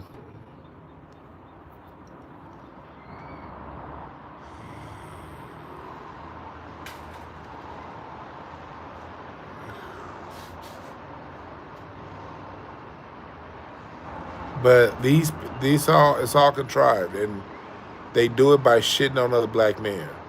And then what'll happen is you'll get a brown sexual come, you'll say something about LeBron.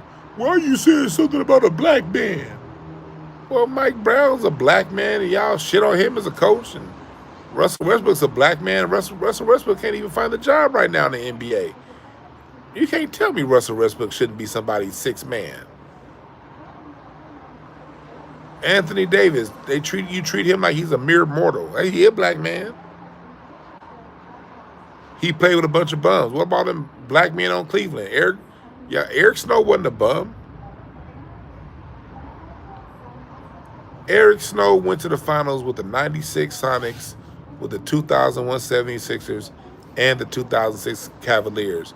But because he's on the 2006 Cavaliers and played with LeBron, the media calls Eric Snow a bum.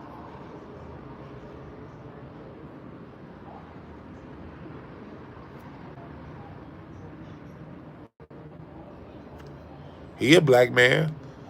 Mo Williams is a black man. Mo Williams was buckets when he played in the NBA. Mo Williams dropped 50 points with two different teams. Mo Williams left Cleveland and still dropped 50 in Utah. Mo Williams was a bona fide baller. He a black man that you brown sexuals was allowed to be called a bum. And Booby Gibson and J.J. Hickson and Zadruna Silgauskas. He a white man, but still, you get the point. Shane Battier wasn't no bum. Yeah, it makes sense why Kyrie left. Kyrie wasn't trying to be nobody's side bitch. Hell yeah, I watched the Big Three. We had a really good season this past year of the Big Three, too. I love the Big Three. Yeah, Mario Chalmers wasn't a bum. All these other black men got to be called bums so Michael Jordan could look good.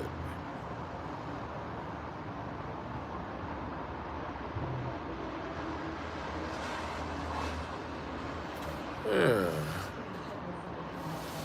Eric Snow was a cold motherfucker. I remember it. Eric Snow was a point. Eric Snow was that second tier point guard. He was always, like, in my opinion, like the best of the second tier point guards. When I say second, I mean like non-star guards.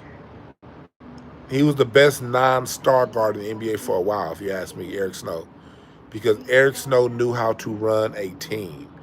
Eric Snow and later on Andre Miller, these were point guards, like for real point guards, who always made the right play at the right time, controlled the pace of the game. And if you were the superstar player, they're the best type point guards to have because they're not going to take up all the shots. You're going to get all your shots, and they'll make sure that you get your shots in position to where you flourish the best. What's up, Jay Jefferson?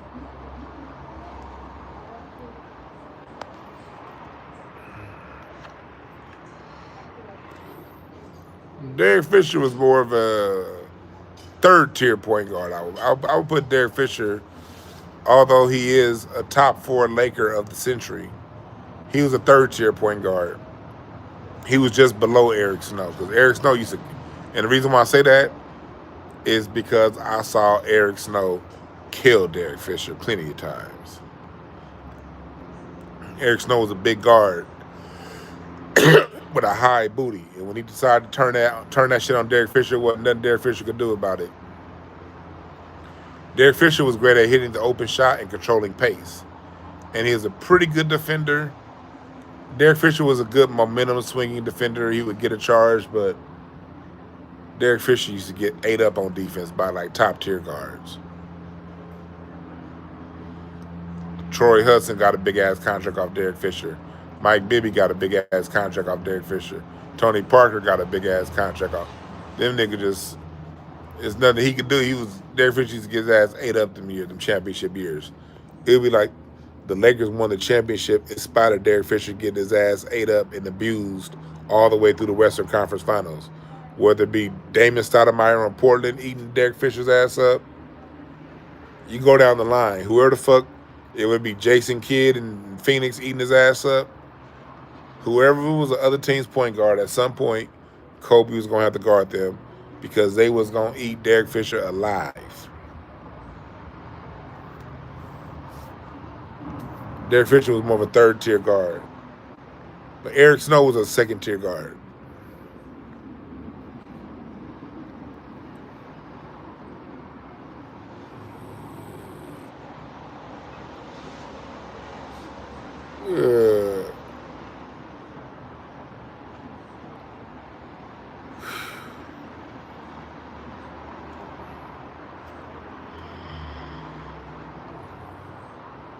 I'm waiting on Amazon to get here because I got a table. I was going to watch this game from my laptop sitting right here on my porch. I'm a LA country nigga. I know a lot of people that's from LA. They be thinking that it's a few people who thought I was from the country because I barbecue and sit on the porch. And I be out in nature and shit. Nah, this beautiful ass weather. Why the fuck do I want to sit inside? This table ain't got here yet, you motherfuckers.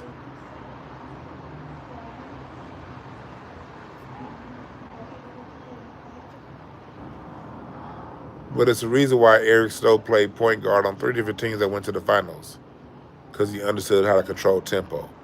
But because, and that's very important, it's actually more important. The reason why, in my opinion, the Oklahoma City Thunder didn't win championships is 3 reasons. 1, they gave up on James Harden too fast. That's number 1. 2, they never surrounded Westbrook and KD with adequate shooting. They never had proper floor spacing. They were too busy chasing the Lakers when they signed Kendrick Perkins. That was to deal with Andrew Bynum, when they should have been playing to their strength and going small ball the way the Warriors did. Because remember, the same time they did that, the Warriors had signed David Lee to a big contract. But when they saw Draymond coming up, they were like, the way this team is constructed, we're better off running Draymond at the 3, at the 5, if we can. And David Lee was a nice player. They got rid of David Lee. Like, yeah, no, let's change it up. Had Oklahoma City done that, they would have won championships. But they wanted to get big and follow the Lakers. And so they signed Kendrick Perkins and got Serge Ibaka, who was very inconsistent. And Kevin Martin wasn't a good fit. He wasn't a catch and shoot player. He was a put the ball on the ground and shoot player. And they needed 3 catch and shoot guys. And they never got that. That's number 2. And the third reason why Oklahoma City didn't win was because of Russell Westbrook.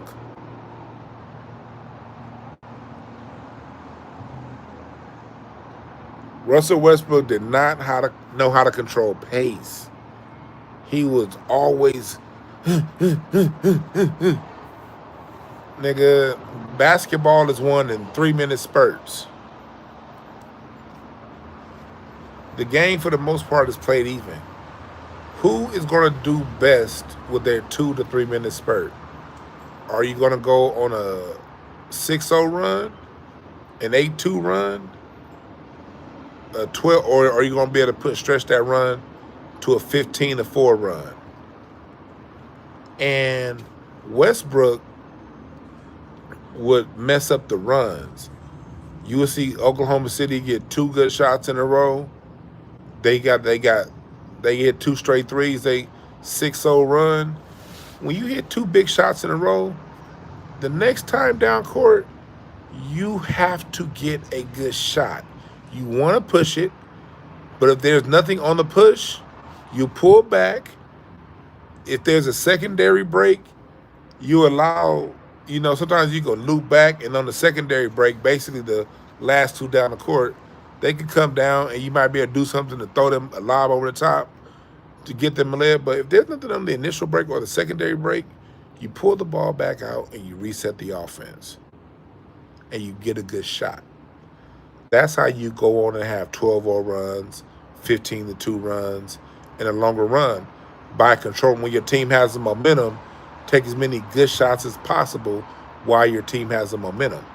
That's not what Russell Westbrook would do. Durant, they'd hit 2 straight 3-pointers, be on a 6-0 run, get a good stop. Next time down the court, this nigga Russell Westbrook come running, and this nigga comes and shoots a shot 10 feet. He goes and shoots a bad layup, and it cling off the back of the backboard so goddamn hard. The other team got a fast break the other way. They get the ball. They go, pass the ball up the court, get a dunk. Now the run is over. Or they swing the ball's going, 17 seconds left on the shot clock. Russell Westbrook just jacks up a 21-footer. Like, nigga, we had 17 seconds left on the shot clock. Kevin Durant just hit 2 in a row. You want to slow the offense down. You know Kevin Durant wants the ball mid-post, 17 feet from the basket. You slow the game down. You clear out. You move Kendrick Perkins' big lumberjack lazy ass to the other side of the court. You put Ibaka at the top to spread the court because he can shoot. And you sit the ball around and you swing it around at Kevin Durant because you see him going. Ride him until the defense calls a timeout.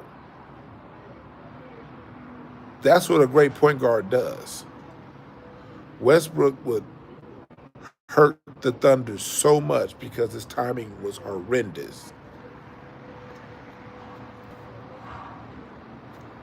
And that's where, in those situations, if the Thunder have someone like, say, an Eric Snow, and you pull Westbrook off the ball,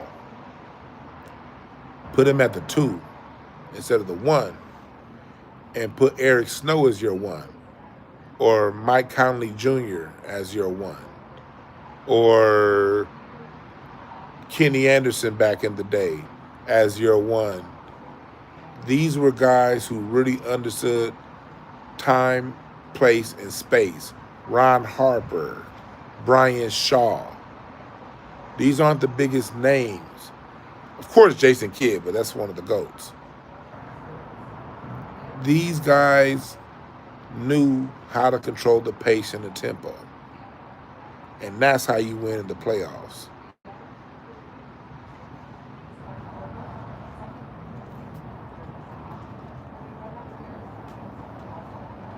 Now, Westbrook will end the game with great stats. But guess what? Basketball isn't a race for stats. All you need is 1 more point than the other team. You can get that.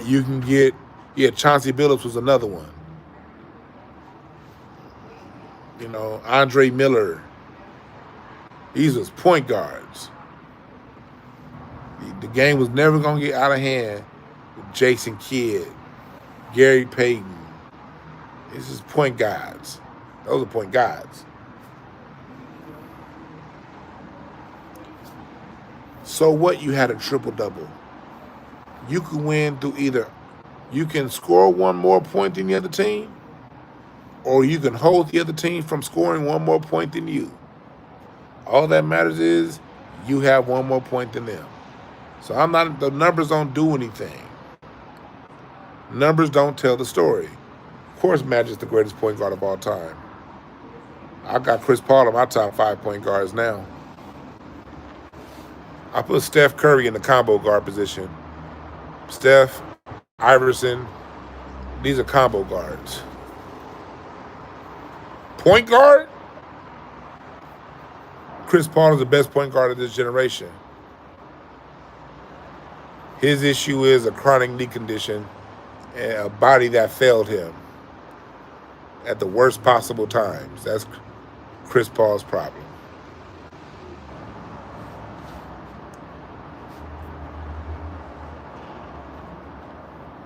So when it comes down to it, you play to win championships. So when you talk about averaging a triple-double, so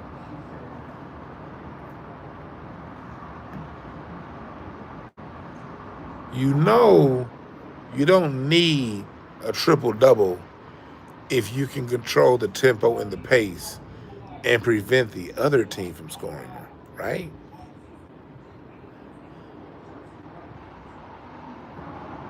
That's what basketball is. That's a point guard's job, is control the pace. You guys are acting like you got like, okay, you act like these teams are playing, okay, first team to 120 wins. No. You can win a game scoring 120. You can win the game scoring 80. You don't need a fucking triple-double or impressive stats.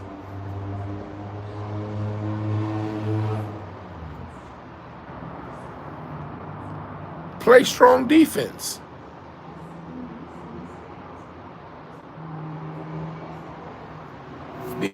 Because on defense, what good is a triple-double if every time, that's like the LeBron/Luka triple-doubles. Y'all remember like against Denver? This is how Denver beat the Lakers. Whoever LeBron was guarding, they sent them back door for a layup. Because LeBron James is very lazy on defense. Yeah, he had great numbers. LeBron had 27, 9, and 11. But every time on defense, see, you stat niggas don't know, y'all don't even know the basic rules of defense. In defensive positioning, you're supposed to be positioned ball, you, man. Your body's always supposed to be in position to see the ball and your man. Yes, LeBron James got a triple-double, but Aaron Gordon got 18 points off layups. What good is you scoring 27 if your man scored 30? Every time Denver, as soon as LeBron would look, as soon as he would turn his way, boop, backdoor cut, layup. Every time.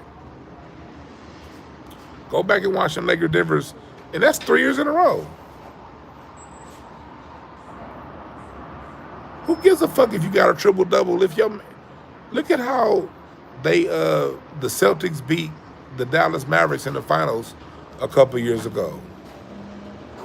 All they did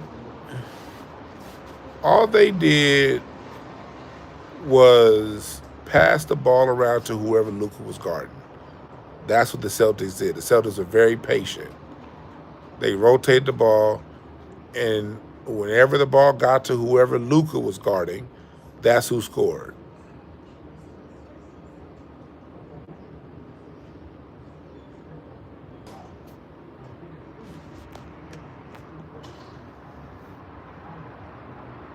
That was not the best defensive play in the finals.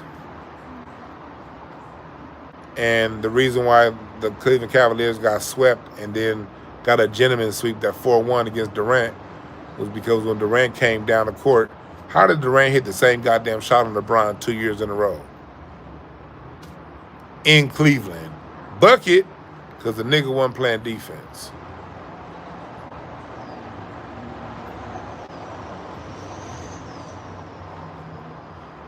If LeBron, people always put all this extra shit on LeBron's block. Say Kyrie Irving doesn't hit that three-pointer and LeBron gets the block. Guess what happens? The Cavs lose. The biggest play was a three-pointer. And y'all lucky Iggy was hurt, because if Andre Iguodala's back wasn't fucked up, he would have yammed that bitch and it wouldn't have been no block. The biggest play of that series was Kyrie Irving's three. Without that three, you can still have the block and the Cavs still lose. Add it up.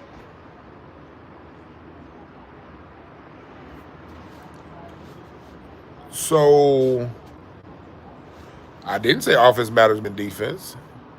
Now, Messiah Lyons, if you're a retarded person, you're going to take it that way. But whether or not you're retarded is going to depend on what you write. Yeah, Draymond got suspended. Defense isn't highlight plays, you numb nuts. As a matter of fact, the best defense is never going to show up in a stat nor a highlight reel. The best defense is ball denial on backdoor cuts. Because if you play proper ball denial, that pass won't get made for the layup, and you're going to force your opponent into a harder shot. The best defense isn't a block shot. Most block shots end up out of bounds.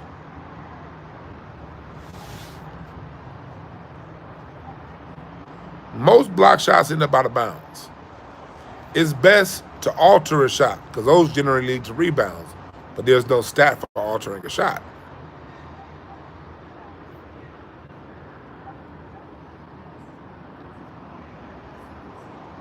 Now again, Messiah Lyons, if you want to show us all how retarded you are, you can keep talking. He timed the nigga out for a corny joke, huh? Yes, Steph would have been a star in the 90s, of course. Now, Steph would not have been allowed to shoot from 40 feet out like he does. Coaches would have stifled that and made him shoot closer to the three-point line, but he still would have been a star.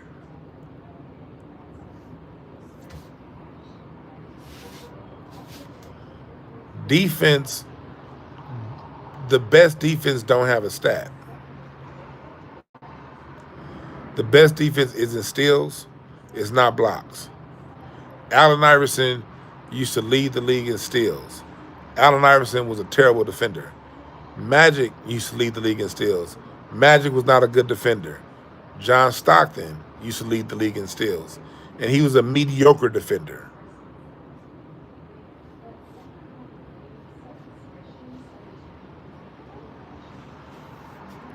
No, Steph cannot be the greatest player, the player to ever live. One, because Steph's defense is too mediocre to be the best to ever live. And two, he was a great point guard, but no.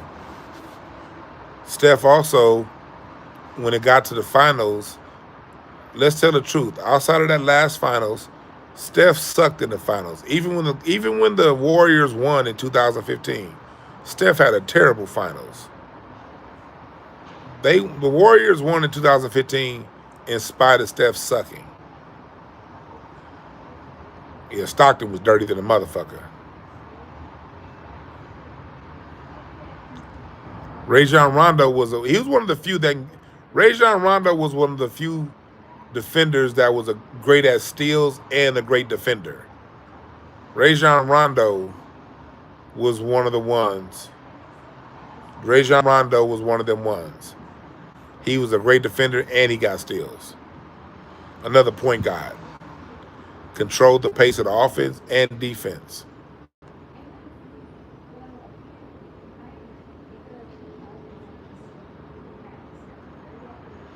That nigga said Steph can't guard his wife.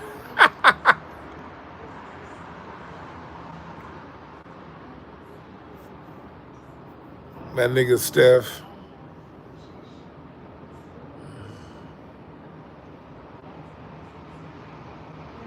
That nigga said Steph cannot guard his wife. That's funny. No, yeah. Steph, I like Mahmoud Abdul-Rauf. Chris Jackson.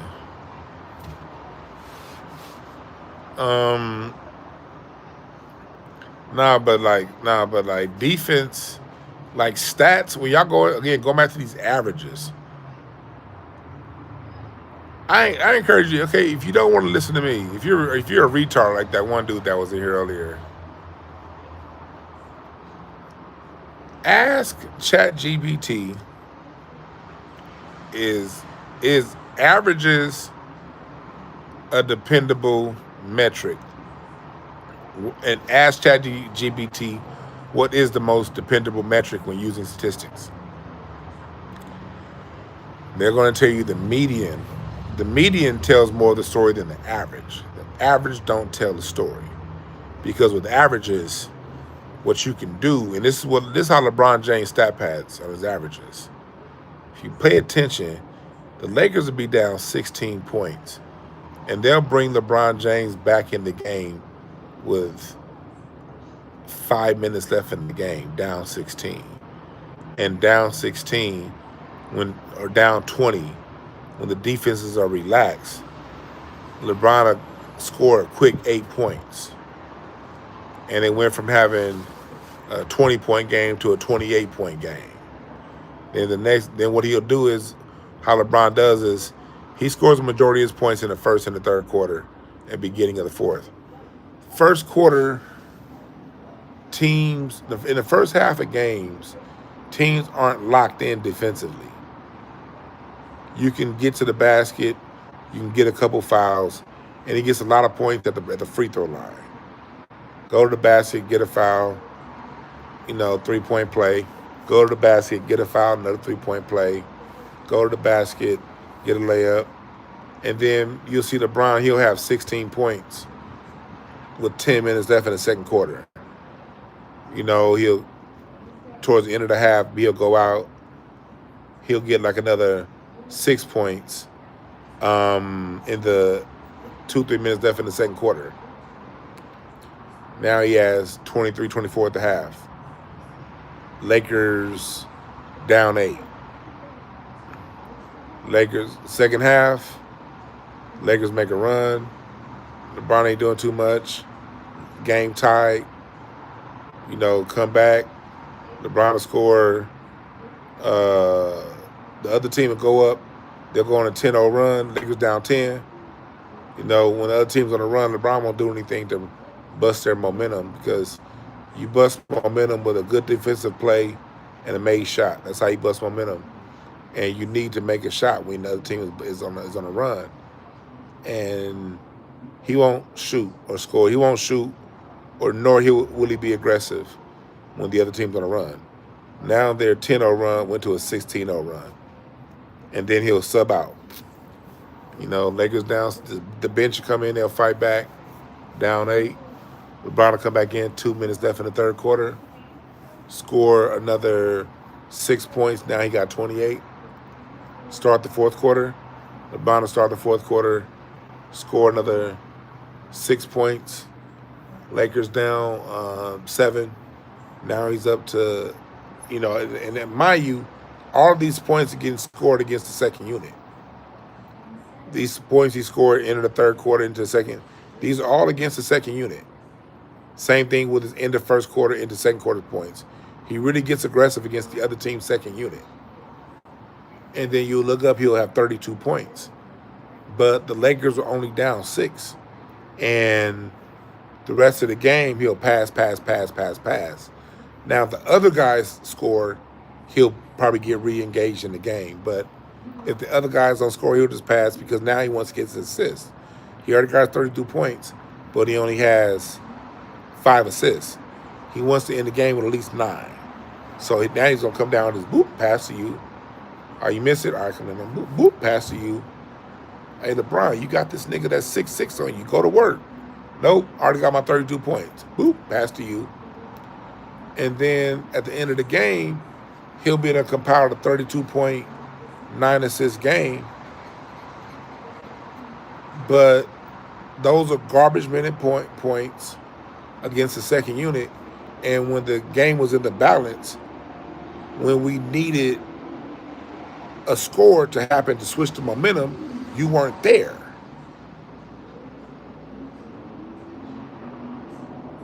And if you call this hate, then you the kind of nigga that you jacked off with both hands to LeBron James, if you call this hate. I'm literally giving you basketball. You can watch what I'm talking about. I ain't the news. Do you even watch LeBron play? This is how he plays. He pads his stats against second units. And he scores a fuck ton of points against bad teams. He'll drop 42, 43 points against a bad team. And then I remember back when KD was still with the Warriors, LeBron never played in them Laker games. When the Lakers played the Warriors, LeBron didn't play in them games when KD was still with them. Them first 2 years LeBron was in LA, and LeBron would score 38 points the night before against the Memphis Grizzlies. And then the Warriors of the next game, LeBron is taking a rest game. He'll take that game off, and then he'll come back the following game, and then say you playing against a really good team, he'll still have a decent, like, stat-wise game. He'll still drop 24, 25, but he dropped 44 against that bad team. And then what you get is, you put all that together, you get an average. And so the averages are going to look good. But averages don't tell the story.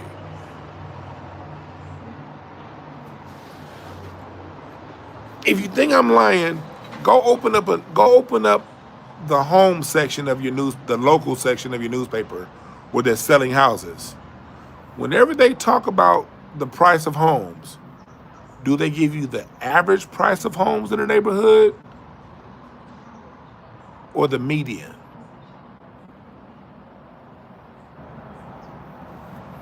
If you're on your computer right now and you go to LA Times, New York Times, whatever, they're talking about homes and neighborhoods. Do they give you the average or the median? They give you the median because the median X's out the outliers, the really, really good, the really, really bad, and it captures more of the essence of what you do. And average encapsulates everything. Do y'all know? I checked my math on this. Check my math, y'all. When Kobe scored 81 points against the Raptors, that means he scored in 2 matchups against the Raptors. Kobe averaged 40 and a half points a game against the Toronto Raptors that year, because the first game they played against the Raptors, the Lakers blew them out, and Kobe only scored 10 points. Check my number. Kobe scored 10 points against the Raptors the first game and 81 points the second game. That's 91 points. 91 divided by 2 is 40.05. So Kobe averaged 40 points that season against the Raptors. Question: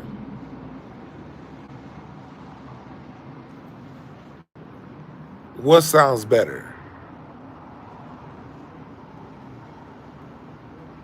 What sounds better?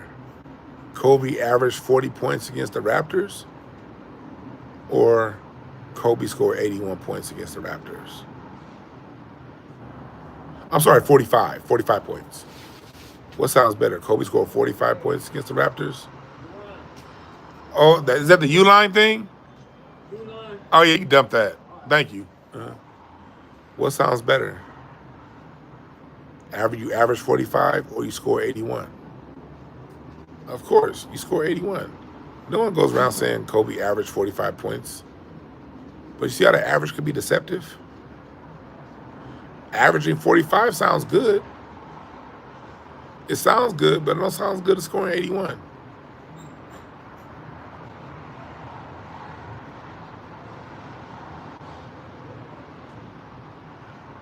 You play both sides. When you use averages, you could play whichever side fits your argument when you use averages. That's what I'm saying. You choose which side to play when you pick the averages. And you can make averages tell whatever story you want them to tell.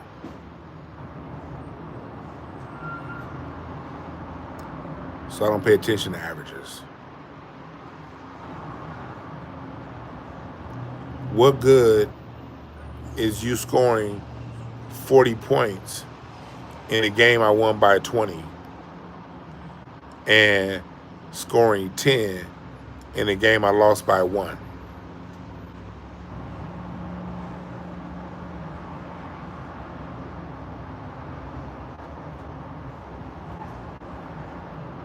Well, the average sounded good though, didn't it?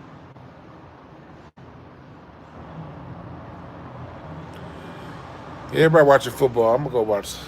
I'm waiting on this fucking delivery, man, to watch this game. But I'm gonna go in the house and watch it. All right, damn. All right, YesA, Ron, Eddie Kane, everybody else is up in here. Yeah, the Browns ducking Kobe early, of course.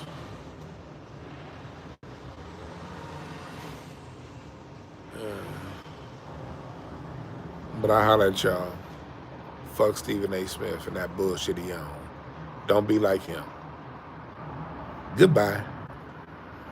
Yeah, I think I might come back tonight. I holler at y'all.